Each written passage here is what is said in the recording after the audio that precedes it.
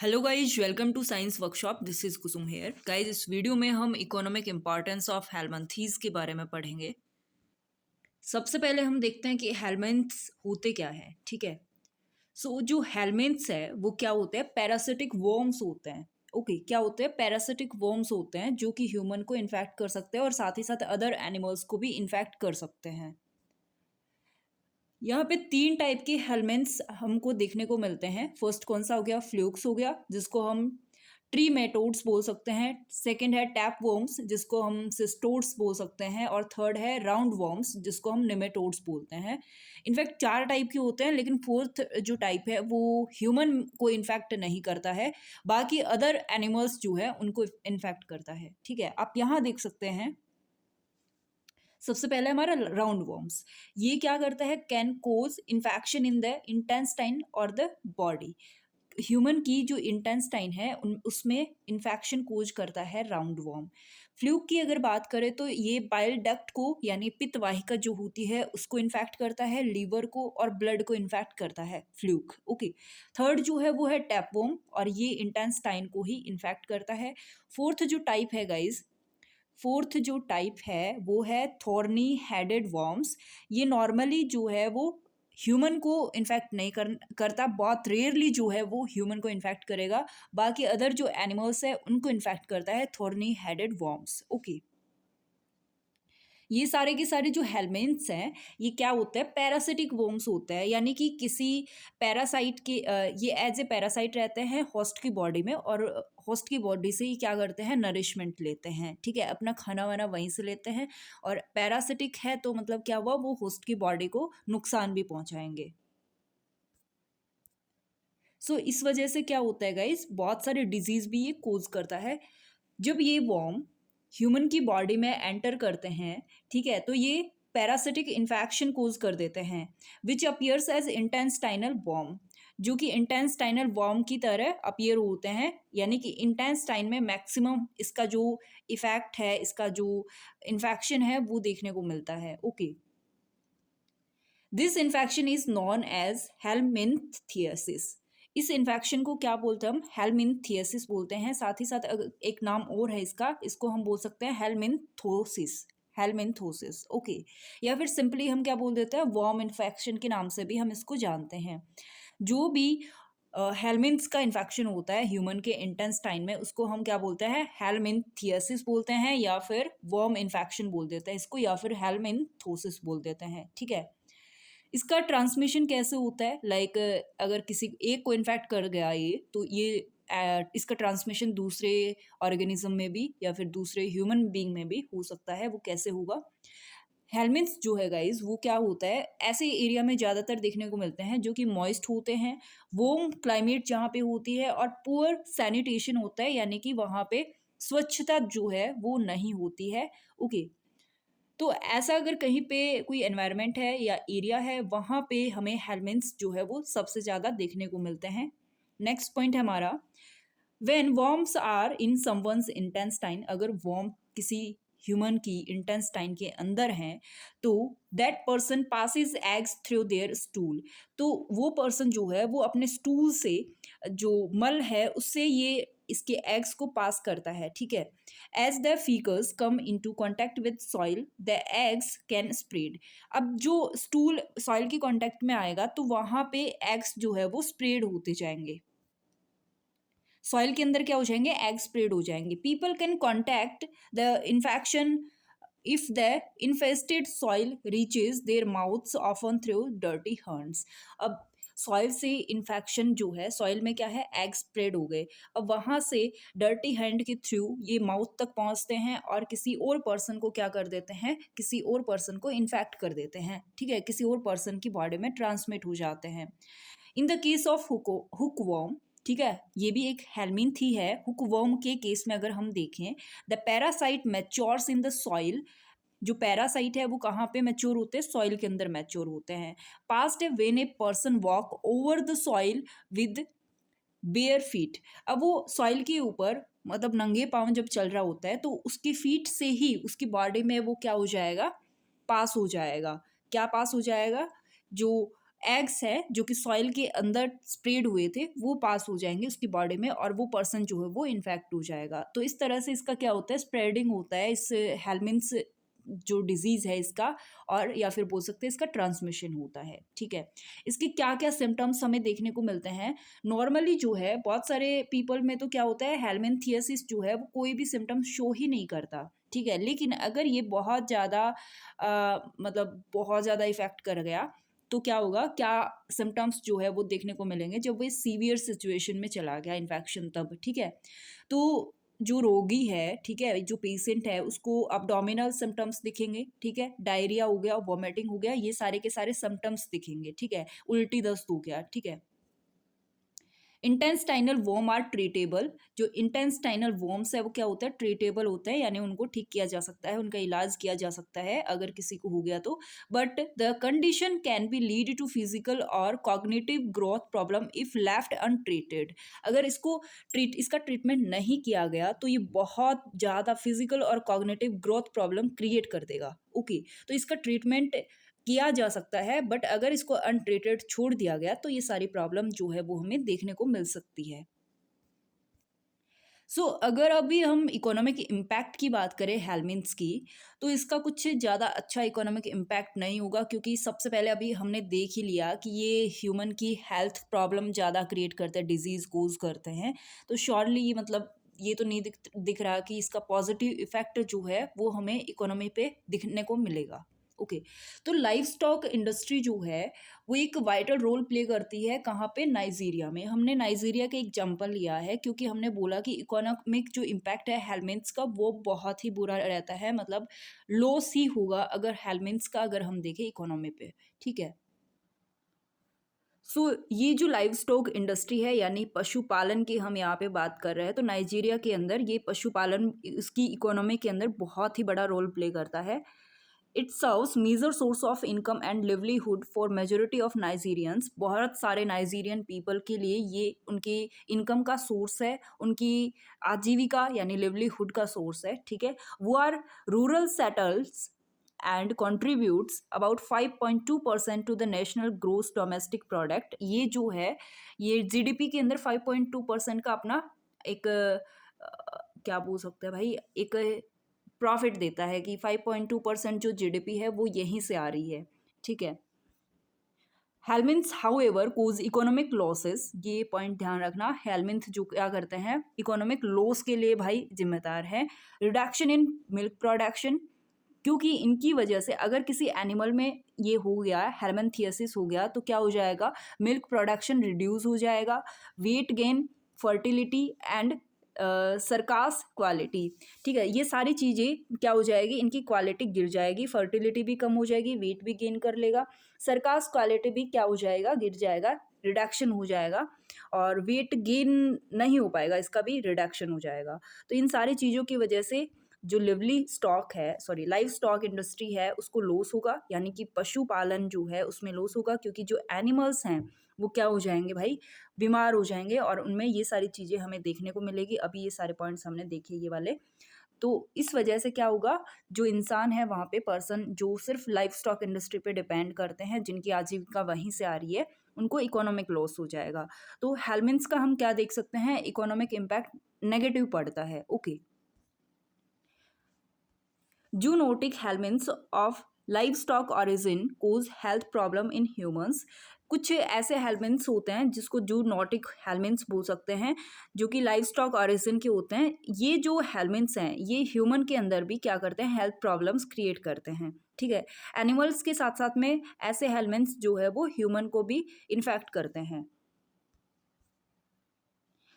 5 main diseases के बारे में देखेंगे जो कि किससे कोज होती है भाई, हेलमिन्थ से कोज होती है। ओके, फर्स्ट है एंटेरोबायसिस। किससे होती है ये, एंटेरोबायस वर्मिक्यूलेरिस और पिन वॉर्म या फिर थ्रेड वॉर्म से ये कोज होती है, एंटेरोबायसिस। सेकंड है एस्केरियसिस, ये होती है एस्केरिस और राउंड वॉर्म से। ठीक है, थर्ड जो डिजीज है जो कि हेलमिन्थ से होती है वो है टीनियसिस। इस डिजीज का नाम है ये टीनियसिस, और ये कौन से हेलमिन्थ से होती है, बीफ टैपवॉर्म से होती है। और कौन सा बीफ टैपवॉर्म, टीनिया सैगिनेटा, ठीक है। इस हेलमिंथ से क्या होता है, टीनियसिस डिजीज कोज होती है। नेक्स्ट है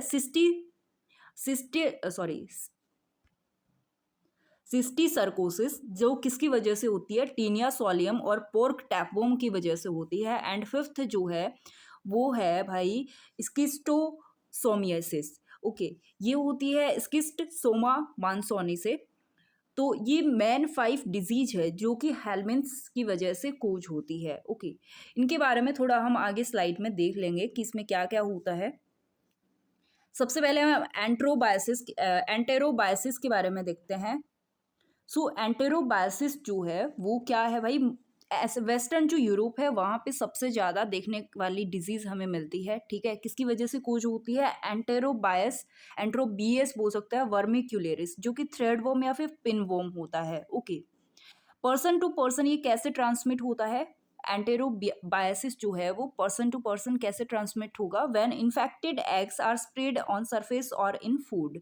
जब जो इन्फेक्टेड एग जो है वो सरफेस के थ्रू या फिर फूड के थ्रू दूसरे पर्सन में ट्रांसमिट हो जाएंगे। Scratching the perianal region and bringing contaminated hands into the mouth can result in auto infection. जो पेरिएनल रीजन है उसको स्क्रेच करने से और जो कंटामिनेटेड हैंड्स हैं, यानी कि जो गंदे हाथ बोल सकते हैं भाई, वो मुंह तक अगर चले जाएंगे तो उसके थ्रू ऑटो इन्फेक्ट हो जाएगा कोई भी पर्सन है वो। इस तरह से ट्रांसमिशन होता है एंटेरोबियासिस का या फिर एंटेरोबायसिस का, ठीक है। सेकंड है टीनियसिस। टीनियसिस किसकी वजह से होता है, एक बीफ टैप वॉर्म की वजह से होता है। और वो कौन सा वॉर्म है, टीनिया सैगिनेटा, ठीक है। और इसकी वजह से क्या होगा, टीनियसिस होगा। Patient with Taenia saginata infection frequently present only after passing a proglottid segment in stools. ये जो टीनिया सैगिनेटा इन्फेक्शन है, ठीक है, ये कैसे होता है भाई, ये जो प्रोग्लोटिड सेगमेंट है, ये प्रोग्लोटिड होता क्या है, ये जो टैपवोम है, टैपवोम का प्रोग्लोटिड सेगमेंट जो है वो एक पूरा का पूरा रिप्रोडक्टिव सिस्टम रखता है, ठीक है, जो कि स्टूल के अंदर पास कर दिया जाता है और आगे ये किसी और पर्सन को इन्फेक्ट करने के लिए कैपेबल होता है, ठीक है। तो ये था टीनियसिस डिजीज के बारे में, जो किससे होती है, हेलमिंथ्स की वजह से होती है। नेक्स्ट है cysticercosis, is brought on by the swine tapeworm Taenia solium की वजह से होती है ये डिजीज। और इन्फेक्टेड जो पेशेंट है वो टिपिकली एक्सपीरियंस क्या करता है, उसको होगा मसल पेन, ठीक है। जिसमें भी सिस्टिसर्कोसिस डिजीज हो रखी है किसी भी पेशेंट को, उसमें क्या होगा, मसल पेन होगा, ऑडिमा होगा, ठीक है। When cyst invade and form, जो सिस्ट है वो इन्वेड होती है और फॉर्म होती है ओडिमा के अंदर। ओके, ओडिमा का मतलब गाइस यहाँ पे ये होता है कि मान लो किसी भी पर्टिकुलर रीजन में, बॉडी के किसी भी पर्टिकुलर रीजन में क्या होता है, स्वेलिंग आ जाए। और स्पेशली अगर हम बात करें ओडिमा में तो फीट यानी पैरों के अंदर क्या हो जाती है, स्वेलिंग आ जाती है। तो ये होता है ओडिमा में। और ये कब होता है, जब सिस्ट जो है वो आक्रमण करती है, इन्वेड करती है या फिर फॉर्म हो जाती है। सिस्ट का मतलब यहाँ पे गांठ से हो सकता है, ठीक है। तो ये सारे के सारे जो इन्फेक्टेड पेशेंट है उसके अंदर क्या देखने को मिलते हैं, सिम्टम्स हमें देखने को मिलते हैं। नोड्यूल्स ऑन द स्किन में ऑल्सो एग्जिस्ट, स्किन के ऊपर नोड्यूल्स जैसे स्ट्रक्चर जो है वो भी हमें देखने को मिल सकती है इस सिस्टिसर्कोसिस नाम के डिजीज में, पेशेंट में, ठीक है। अब इसके अलावा और भी कई सारी डिजीज है जो कि किससे कोज होती है, हेलमिंथ से कोज होती है। अब अगर यूनाइटेड स्टेट की अगर बात करें तो यहाँ पे इसका इन्फेक्शन रेयरली देखने को मिलता है, लेकिन ग्लोबली बात करें तो पूरे विश्व में, पूरे वर्ल्ड में 24% जो है वो पीपल हेलमिंथ इन्फेक्शन से इन्फेक्टेड हैं, ठीक है। यहाँ पे 3 कॉमन इंटेस्टाइनल वर्म इन्फेक्शन की हम बात करेंगे। सबसे पहले एस्केरियसिस, जो कि काफ़ी ज़्यादा कॉमन है, ठीक है। सेकंड है वीप वर्म एंड थर्ड है हुक वर्म, ठीक है। एस्केरियसिस में अगर हम देखें तो ये बहुत ही कॉमन टाइप का हेलमेंथियसिस है, ठीक है। ह्यूमंस के अंदर, ह्यूमन की बात करें, ह्यूमन के अंदर बहुत ही ज़्यादा कॉमन हेलमेंथियसिस है ये, यानी कि हेलमेंथ से होने वाली एक डिजीज़ है जो कि राउंड वर्म से कोज होती है। और वो राउंड वर्म कौन सा है, एस्केरिस लुब्रिकोइड्स, ठीक है। किससे कूज होती है, एस्केरिस लुब्रिकोइड से ये कूज होती है। Ascaris larva and adult worm live in the intestine. जो एस्केरिस लार्वा है और जो इसका एस्केरिस का अडल्ट वॉर्म है, ठीक है, वो कहाँ पे रहता है? ह्यूमन की इंटेस्टाइन में रहता है। Many people with ascariasis don't have symptoms. बहुत सारे ऐसे पीपल है जिनको एस्केरियस हो रखा है लेकिन फिर भी वो सिम्टम्स शो नहीं करते हैं। बट ए सीवियर इन्फेक्शन, यानी जब इन्फेक्शन बहुत ज़्यादा बढ़ जाता है तो वो अब्डोमिनल सिम्टम्स को लीड करता है। Okay, ascariasis can also migrate outside the intestine. Ascariasis जो है वो इंटेस्टाइन के बाहर भी माइग्रेट कर जाता है बॉडी के अंदर, leading to cough and other symptoms as the worm spread.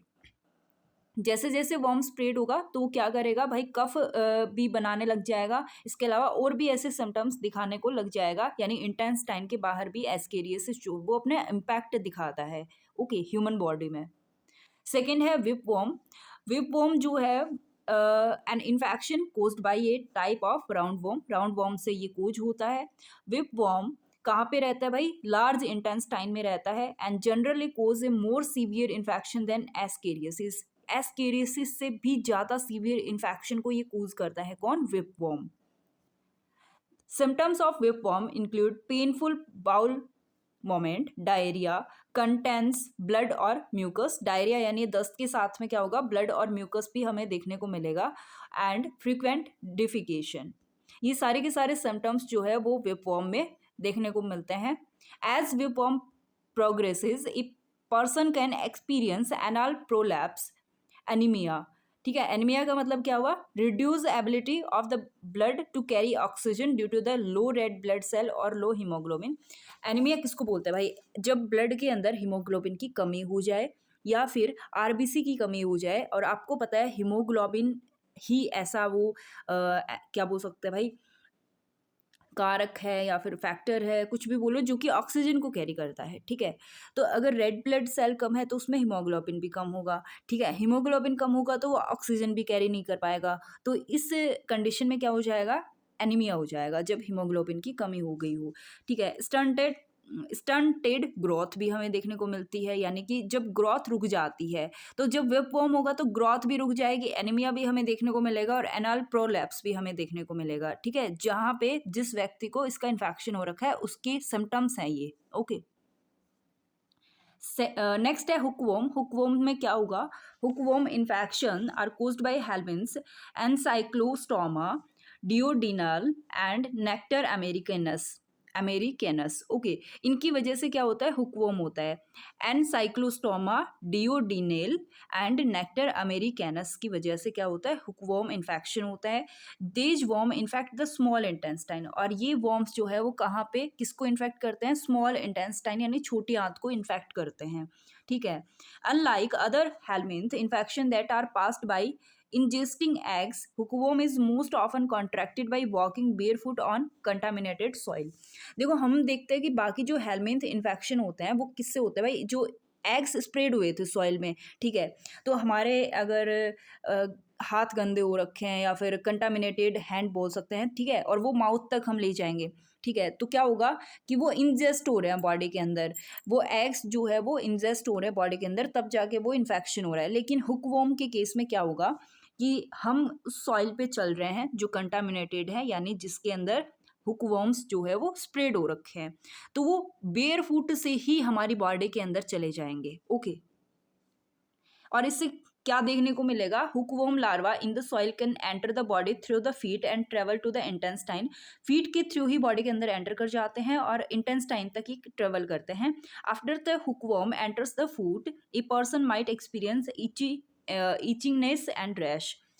अगर किसी पर्सन की बॉडी में हुकवर्म में ने एंटर कर लिया तो क्या करेगा? उसको ईचिंग होने लग जाएगी, यानी खुजली होने लग जाएगी, या फिर रैसेज देखने को मिल जाएंगे, यानी उसकी बॉडी पे रैश मतलब कुछ जैसे रेडिश कुछ बन जाता है ना, निशान बन जाते हैं, इस टाइप के भी हमें उसकी बॉडी के ऊपर, उसके फीट के ऊपर देखने को मिल सकते हैं। ठीक है, तो ये था हुकवर्म के बारे में। With mild infection there may no symptoms. अगर थोड़ा बहुत इन्फेक्शन है तो इसके कुछ सिम्टम्स हमें ज़्यादा देखने को मिलते नहीं हैं, लेकिन अगर सीवियर इन्फेक्शन हो गया यानी इन्फेक्शन बहुत ज़्यादा बढ़ गया तो हमें क्या देखने को मिलेगा? डायरिया, एब्डोमिनल पेन, इसके अलावा लॉस ऑफ एपिटाइटी, वेट लॉस और एनीमिया, ये सारे के सारे सिम्टम्स हमें हुकवॉर्म इन्फेक्शन के टाइम में देखने को मिलेंगे। ठीक है, अगर सीवियर इन्फेक्शन हो रखा है तो। अगर नॉर्मल इन्फेक्शन है तो हो सकता है कोई भी सिम्टम्स देखने को ना मिले। इसके अलावा नेक्स्ट पॉइंट है गाइज प्रिवेंशन एंड ट्रीटमेंट। अब इतनी सारी डिजीज कोज कर रहा है हेलमिंथ, ठीक है, तो उसके लिए प्रिवेंशन जरूरी है, या तो बचाव करो, अगर हो गया है तो ट्रीटमेंट करो। तो हम देखते हैं कि यहाँ पे बहुत ज़्यादा कुछ सक्सेसफुल ट्रीटमेंट है नहीं इसका। Many different helminths can infect humans and cause disease. बहुत सारे हेलमिंथ जो है वो इन्फेक्ट करते हैं ह्यूमन को, और ह्यूमन की बॉडी में क्या करते हैं, डिजीज को कोज कर देते हैं। और डिजीज कौन कौन सी है वो अभी हमने देखा है, बहुत सारी डिजीज कोज हो जाती है। ठीक है, वर्मी फ्यूज के नाम से गाइज एक मेडिकेशन है जो कि वर्म को किल करने का काम करती है। Successfully eliminate parasitic worm and are an effective treatment for the most infection. और जो बॉडी के अंदर पैरासिटिक वर्म चले गए हैं उनको एलिमिनेट करने का काम करती है ये वर्मी फ्यूज जो है वो। ठीक है, और इसको मोस्ट इन्फेक्शन में इफेक्टिव ट्रीटमेंट की तरह देखा गया है। Additionally, while certain helminth infection can be treated quickly, other may take weeks or years to recover।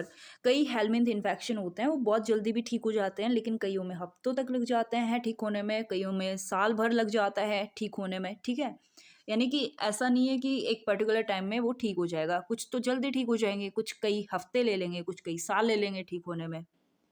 In rare cases, patients have disabling condition due to organ and limb damage.